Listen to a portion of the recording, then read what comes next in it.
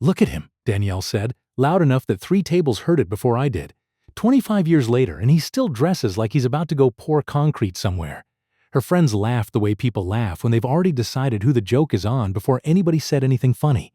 I didn't turn around right away. I finished stirring my coffee, set the little silver spoon down on the saucer, and only then looked up. The ballroom was doing what reunion ballrooms always do. Low chandelier light. A jazz trio working through something soft near the bar. Name tags with faded yearbook photos that made everyone look faintly like strangers wearing their own faces from 25 years ago. I'd been in the room maybe 10 minutes, long enough to shake 4 hands, hug Denise twice, before Danielle found me. She'd always had a gift for finding the exact moment a room was listening. "Danielle," I said, even, not cold, just even. "Marcus," she said back, drawing the word out like she was testing whether it still had the same weight it used to. She looked good, she always did, but there was something new in the way she held herself. A kind of practiced confidence I didn't remember from before. "You didn't RSVP. Half of us weren't sure you'd show." "Wasn't sure myself for a while," I admitted. "Still doing the construction thing?" she asked, glancing at my plain suit, my plain watch, like she was cataloging evidence for a case she'd already decided the verdict on. "Still doing the construction thing," I said, which was true in the same way that saying a river is still doing the water thing is true. "My name is Marcus Webb. I'm 43 years old, and if you'd asked me 8 years ago what I thought tonight would look like, standing in a hotel ballroom in downtown Charlotte at my 25th high school reunion, I would not have guessed any of it. Not the ballroom, not the reunion, and certainly not the woman across the room laughing at me with a glass of champagne in her hand, a diamond ring catching the chandelier light on her left hand that hadn't been there the last time I'd seen her. I want to tell you something before we go any further, because it matters more than anything that happens later tonight. A man's worth was never supposed to be measured by what people say about him in a room. It's measured by what he does when the room isn't looking. My father used to say that to me while we were up on scaffolding together on Saturday mornings when I was 16, sweat running into my eyes, hauling lumber because that's what our family did instead of vacations. I didn't understand it then. I understand it completely now. Danielle didn't know what I'd built since she'd left. Nobody in that ballroom did. What they knew was the version of me that had stayed behind 8 years ago. A guy who used to talk about building something someday. Apparently still just talking, while she'd gone off and, from the look of that ring, found herself a whole new life. There was a man standing close beside her in a suit that fit him the way an expensive suit fits someone who bought it to impress people rather than because it was comfortable. His name, I'd learned soon enough, was Trevor Lane. What I noticed first wasn't his face. It was his eyes and where they kept landing. Not on mine. On my watch. A plain steel one I'd worn every day for 9 years. The one that used to belong to my father. He wasn't admiring it. He was doing math with it. The way a man does when he's sizing up whether you're worth his time. Before we go further, I want you to sit with something my grandmother used to say to me on the porch of her house in Elizabeth, rocking in a chair that had been creaking since before I was born. "Baby, the people who talk loudest about your failures are usually the ones most scared you're about to prove them wrong." She raised 6 children on a school cafeteria salary and never once in 81 years raised her voice at another human being that I ever witnessed. She used to say patience wasn't the same thing as doing nothing. It was doing everything, quietly, while the people around you assumed you were doing nothing at all. She was right about almost everything. She was right about this, too. Let me take you back a little, because that's really where this story begins. Not in the ballroom, but in a much quieter place. 20 minutes before Danielle found me, Denise had pulled me aside near the check-in table, wine glass already in hand, giving me the same look she'd been giving me for weeks. "You made it," she said. "I half expected you to bail in the parking lot." "Considered it," I admitted. "Sat out there for a solid 10 minutes? And I figured a grown man shouldn't need a pep talk to walk into a hotel ballroom," I said, which made her laugh, because we both knew that was exactly what I'd needed. Denise had been the one pushing me toward the reunion for weeks. We'd known each other since middle school, and she had zero patience for my avoidance. "You've spent 8 years quietly rebuilding your whole life, Marcus," she told me over the phone the week before. "Go to that reunion, not to prove anything, just to close a door you never actually shut." I'd almost said no more than once. I had a good, quiet life by then, a house in a neighborhood full of oak trees, a wife who loved me steadily and without conditions, work that actually mattered to the city I grew up in. I didn't need Danielle's approval or anybody else's from that gymnasium 25 years ago to know who I was. But something in me wanted to walk back into that room one time, not as the man who'd left broken, but simply as myself. Denise had squeezed my arm once, right before she drifted off towards some old classmates near the photo booth, and said the thing she always says before she leaves me to fend for myself in a crowded room. Just be yourself. That's always been more than enough, even when you didn't believe it. I was still turning that over in my mind, wine in hand, when Danielle found me. We met at 19, both of us working summer shifts at a hardware store off South Boulevard, her at the register, me hauling lumber in the back lot in 95-degree heat. She used to sneak me a cold soda from the break room fridge when the manager wasn't looking, and I used to save her the good scraps of trim wood so she could build little birdhouses she sold at a farmer's market on weekends. She had this laugh back then, an honest one. Nothing performed about it. And I fell for her somewhere between the third soda and the fifth birdhouse. We dated 2 years before I asked her to marry me. We married at 21 in her aunt's church with maybe 60 people and a reception in the fellowship hall with folding tables and my mother's sweet tea. We stayed married 14 years, through a genuinely good stretch, and then through a slower unraveling before she left. 14 years is a long time to build something with somebody. It's an even longer time to watch it come apart one quiet disappointment at a time. The first 5 years were good. I mean that, honestly. Danielle wanted things. A nicer house, a certain kind of life, the validation that comes from other people being impressed by what you've built. There's nothing wrong with wanting things. I wanted things too. But somewhere in our late 20s, the wanting started to curdle into a restlessness that no house, no promotion, no certification program ever quite satisfied. I kept thinking the next thing would finally let her exhale. It never was. Eventually, I understood the exhale she needed had to come from somewhere inside her, and I couldn't reach in and hand it to her, no matter how hard I worked. There was the year I sold my grandfather's set of framing tools. The good steel ones I'd used to put myself through my first construction job, to help cover a certification program she wanted badly. I never told her what it cost me. I didn't want her carrying that weight. There was the year I turned down a foreman promotion 2 states over, better pay, real security, because she didn't want to leave Charlotte while her sister was going through a hard patch. I said yes, without hesitating, picked up side work on weekends instead, came home with my hands split open, telling myself it didn't matter as long as she was happy. I found out about the affair about a year before she finally left. I won't dwell on it, because it's not really the point of tonight, and dwelling on it never built anything worth having. I stayed anyway, because I believed if I was patient enough, steady enough, successful enough, she'd eventually look at what she had and choose it. She didn't. On a Tuesday morning 8 years ago, she packed 2 suitcases and told me she'd already found an apartment. I remember standing in the kitchen doorway watching her zip the second one shut, the house so quiet I could hear my own heartbeat. She didn't cry. I didn't either. Not then. Say something, she said, pausing at the door. Drive safe, I said. Call me when you're settled so I know you got there. Okay. She left. I didn't chase her down the driveway. I let her go, and I went quiet. Some folks mistake quiet for broken. They are never, ever the same thing.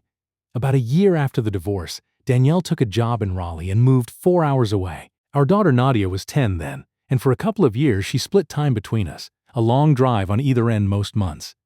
By the time Nadia started high school, she asked to stay in Charlotte full-time. Her friends were here. Her school was here. And if I'm honest, so was I. And she knew it. Danielle didn't fight her on it. To her credit, in this one specific area, she never once made Nadia a weapon between us. And I've always respected her for that, even in the years everything else between us felt far from respectable. Danielle stayed in Raleigh the better part of 7 years. She moved back to Charlotte only 3 months before that reunion. A fresh start, she told Nadia. A new job, a chance to be closer to her aging mother. She met Trevor Lane less than 6 weeks after she unpacked her last box. Trevor hadn't said a word to me directly yet, but he'd been watching the whole exchange with a kind of restless attention, like a man doing arithmetic he didn't want anyone catching him at. "You're the ex," he finally said, extending a hand with a smile that didn't reach his eyes. "Trevor, I'm in private equity." "Marcus," I said, shaking at once. "Construction, right?" he said, like he was placing a bet he was confident about. "Danielle mentioned you two, went way back. Same graduating class." "Same graduating class," I agreed. His eyes drifted again to my watch, then briefly to the plain wedding band on my hand. I watched him try to reconcile something in his head and fail, the way people do when the numbers in front of them refuse to add up to the story they'd already decided on. I didn't know it yet, standing there, but Trevor Lane had a habit. He collected watches the way some men collect stories, not to wear them, but to know their worth on sight, because knowing the price of things quickly was, in his line of work, a survival skill. What he didn't know is that the model on my wrist wasn't for sale, had never been for sale, and its value had nothing to do with dollars at all. "We're engaged," Danielle said, holding up her hand for anyone who hadn't already noticed the ring. 3 weeks now. Trevor's built an incredible fund. Real estate, infrastructure, the whole portfolio. She said the word infrastructure like she was testing whether it might land a blow. "Congratulations," I said, and meant the part where I hoped she'd finally found something steady, even if some old, tired part of me already had questions about how fast this had all moved. I saw the room shift before I saw her. Conversations dipped by half a register, the way a crowd does when something worth noticing walks in. I turned, and there was Camille, in a deep emerald dress, hair loose the way she wears it when she's had a long week and finally gets to exhale, moving through the ballroom like she belonged in every room she'd ever entered. Because she did. She found me easily. She always does. And slid her hand into mine like it was the most natural motion in the world. "Sorry, I'm late," she said, kissing my cheek. Client meeting ran long. A woman finalizing her protective order paperwork. I didn't want to rush her out the door just because I had a party to get to. I should tell you properly who Camille is because it matters for everything that happens next. She spent years as a compliance investigator for a regional banking oversight office before she left to found and run the Bellwood Center, a legal aid and advocacy nonprofit here in Charlotte that supports women rebuilding their lives after divorce, abuse, or financial exploitation. Free legal help, safety planning, and more in recent years, help for women who'd been quietly drained of their savings by men who were very, very good at being charming. I met her about a year after my own divorce on a job site where she'd stopped by in an oversight capacity to check permits near a daycare center my crew was renovating. She caught a dust barrier violation I'd missed and made me fix it before lunch. We didn't start dating for another 8 months after that. Neither of us was in a hurry, and I've come to believe that was exactly the right pace for two people who'd both been burned by moving too fast toward things that looked right instead of things that actually were. We married 3 years ago. She never once needed me to prove my worth to her. She simply paid attention the way she'd paid attention to those dust barriers and decided for herself what she saw. "This is Camille," I said to Danielle and Trevor. "My wife." "Marcus," Danielle said, recovering her composure with visible effort. "You didn't mention your wife was." She paused, searching for a word that wouldn't sound as transparent as it was. "So lovely." "You didn't ask," I said. "Not cruel, just true." Camille extended her hand warmly to Danielle because that's who she is, gracious even to people who don't deserve it yet. Then she turned to Trevor. Something in her face changed. Small, almost nothing. If you didn't know her the way I do, you'd have missed it entirely. A half-second flicker of recognition quickly smoothed back into a polite, professional smile. "Trevor," she said, shaking his hand. "Nice to meet you." "Likewise," he said, already looking past her towards someone more useful to talk to. Camille didn't say anything else about it right then, but I felt her hand tighten just slightly around mine. I want to be honest with you. I hadn't come to that reunion expecting to be the center of anything. I'd come because my old friend Denise had spent a week telling me it was time to close a door I'd left cracked open for 8 years. And because some quiet part of me wanted to walk back into that room one time, not as the man who'd left broken, but simply as myself. What I hadn't planned on, what I genuinely hadn't seen coming, was the reunion committee chair, a classmate named Brenda Sloan, stepping up to the small stage near the dance floor and tapping the microphone. "Before we get too far into the evening," Brenda said, "I want to do something I wasn't originally planning to do because I'd been asked to keep it quiet. But given some of what I've overheard tonight, I've changed my mind." My stomach dropped because I already knew roughly where this was going. "Most of you don't know this," Brenda went on, "but this ballroom, this catering, the band, even the scholarship raffle we're running tonight for graduating seniors at our old high school. All of it was fully underwritten by one of our own classmates who asked specifically to remain anonymous. He didn't want a toast. He didn't want a plaque. But I think our class ought to know who made tonight possible, and I think he ought to hear us say thank you out loud instead of behind his back." She looked directly across the room. Marcus Webb funded this entire reunion, and while I had the floor, I did a little digging because I was curious. That man also quietly funded the renovation of the rec center on Freedom Drive 2 years ago. And he's the reason 40 kids from our old district have full-ride scholarships to trade and engineering programs through a fund named after his father. So, Marcus, thank you from all of us. The applause that followed was real, and it went on longer than I was comfortable with. I stood there with my hand raised in something between a wave and surrender, wishing the floor would open up, while 140 former classmates rearranged everything they thought they knew about me in real time. I watched Danielle's face very closely in that moment because I couldn't help it. The color left it slowly, like watching a light dim on a rheostat instead of a switch. Her mouth opened slightly. Nothing came out. Beside her, Trevor's expression did something else entirely. A flicker of recalculation, fast and cold. The look of a man realizing he'd been standing next to the wrong target all night. That's... Danielle finally managed, voice small in a way I hadn't heard from her in years. That's you. All of it? You paid for all of this? I didn't want it to be about that, I said, and meant it. She had no response ready. For the first time all night, she didn't have one single thing to say. Here's the part of the story that turns this from a simple night of humbled pride into something with real weight. So stay with me. About 5 weeks before that reunion, 2 women had come separately to the Bellwood Center asking for help. Both had recently separated from long marriages. Both had met a charming, well-dressed man within weeks of their divorces finalizing.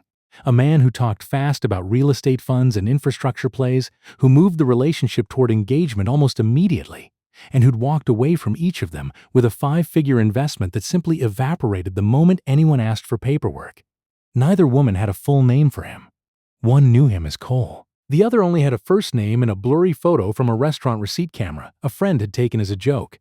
Camille had flagged the pattern immediately. It wasn't the first time she'd seen this exact playbook, and she'd already opened a file with a detective she worked with regularly in the financial crimes unit, cross-referencing the description against similar complaints in neighboring counties. What she hadn't had, until that moment on the ballroom floor, was a face. Now she did. She didn't make a scene. She didn't say a word to Danielle that night beyond simple courtesy. That's not how Camille operates, and it's part of why I love her the way I do. She excused herself 20 minutes later, stepped into the hotel corridor, and sent a single text to Detective Ruiz. I think I just met Cole. Ballroom at the Ambrose downtown. Real name may be Trevor Lane. Call you first thing tomorrow with everything. The next morning, Camille sat at our kitchen table with her laptop, 2 case files, and a legal pad, and worked for 6 hours straight. She pulled the photo from the previous complainant's file, compared it against a picture Denise had quietly taken at the reunion the night before without anyone noticing, and confirmed what she'd suspected in the corridor. She drafted a formal statement, attached the corroborating details from both existing complainants, and filed everything with Detective Ruiz's office by that afternoon. Not out of anything to do with Danielle or me or the reunion at all, but because it was exactly the work she did every single week for women who had nobody else looking out for them. This isn't about Danielle, she told me that evening. And I believed her completely, because I know her. If it helps her too, fine. But I'd have filed this exact complaint if I'd seen his face at the grocery store.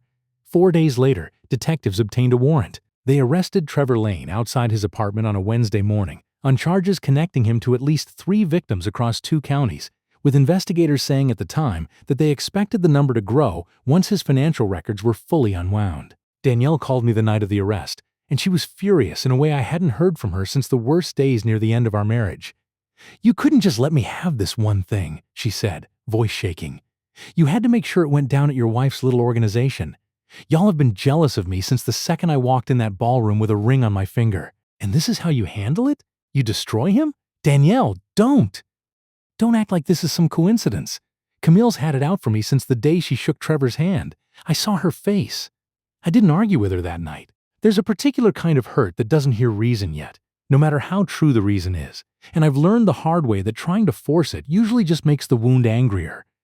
I told her I was sorry she was in pain, and I meant it, and I let the call end there. 2 days after that, Detective Ruiz called Danielle directly as part of building the case and walked her through the full file.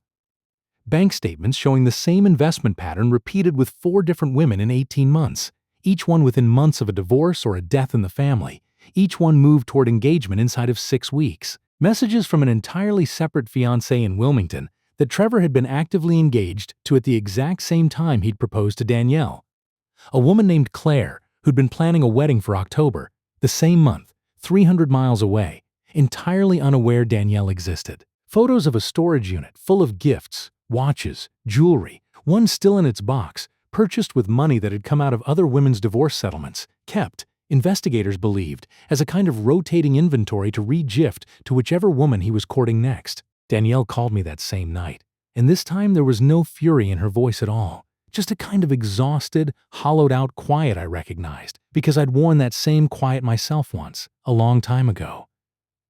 "I'm so sorry," she said. "I said terrible things to you and to Camille, and none of it was true. And I knew it wasn't true, even while I was saying it. I just couldn't stand the idea that you two had been right about him, and I'd been that easy to fool. You weren't fooled because you're foolish," I said.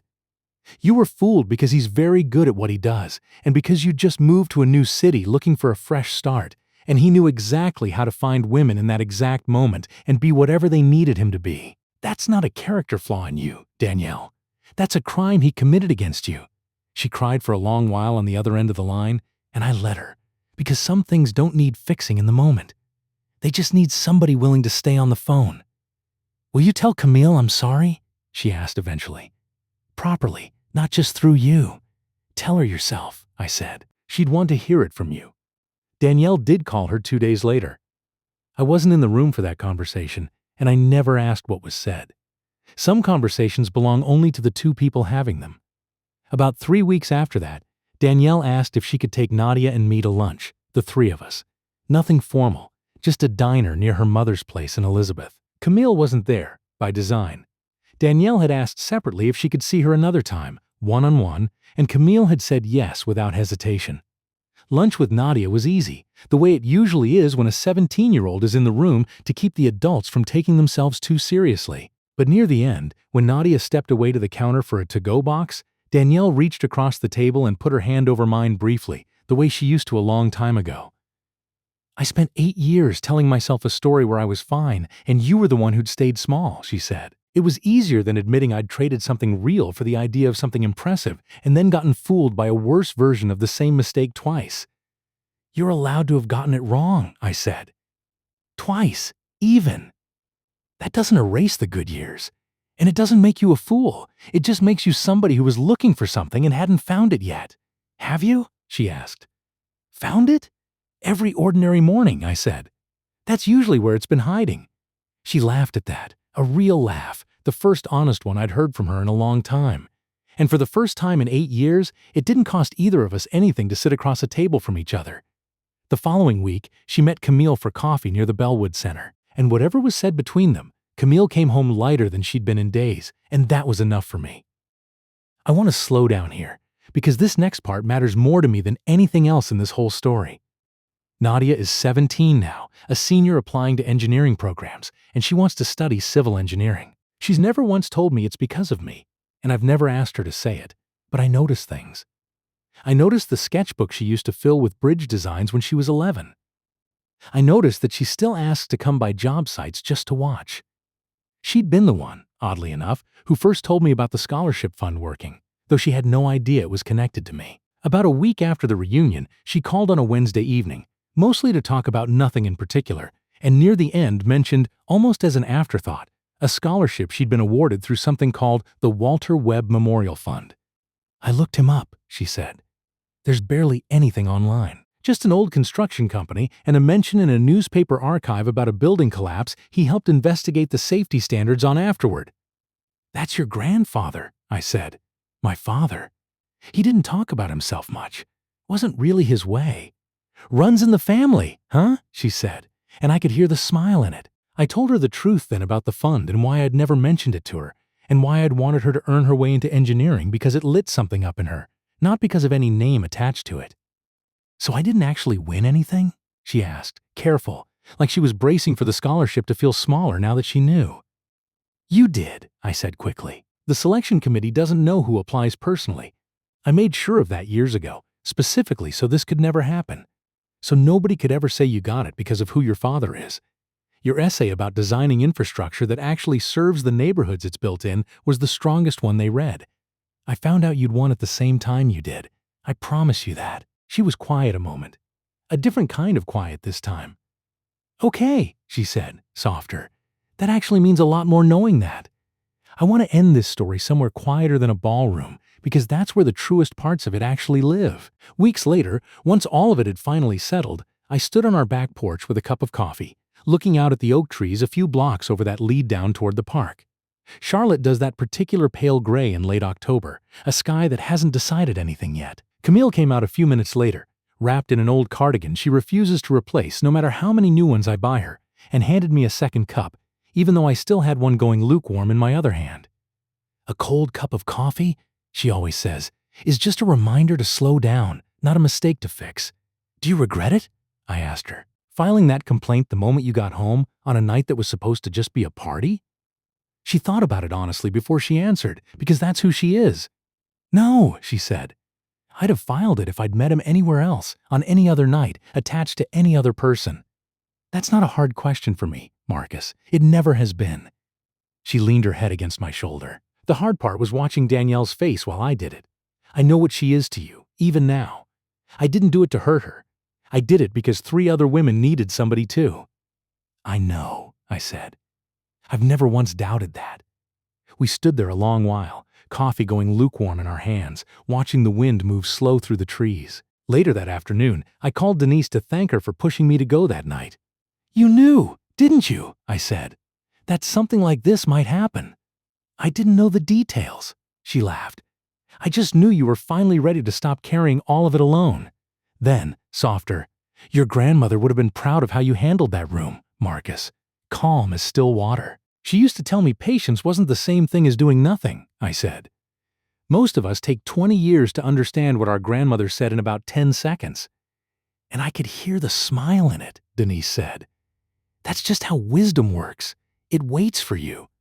This story reminds us that real healing rarely arrives with fireworks. It shows up in small, deliberate choices, made quietly, long before anyone's applauding, and sometimes in the unglamorous, unhesitating work of somebody simply doing their job well, without a single thought for who it might embarrass along the way.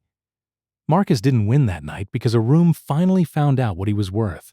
He won because he'd spent 8 quiet years building a life so steady it no longer needed a single person's approval to stand up straight on its own.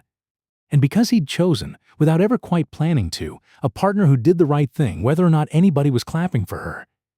Danielle didn't lose that night because she got humiliated in front of her old classmates. She lost, for a little while, because she'd gone looking for a fresh start in the arms of the first person who told her exactly what she wanted to hear.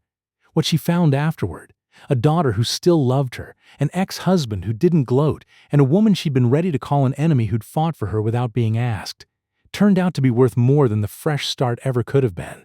That kind of peace is available to all of us. It's just built one ordinary morning at a time.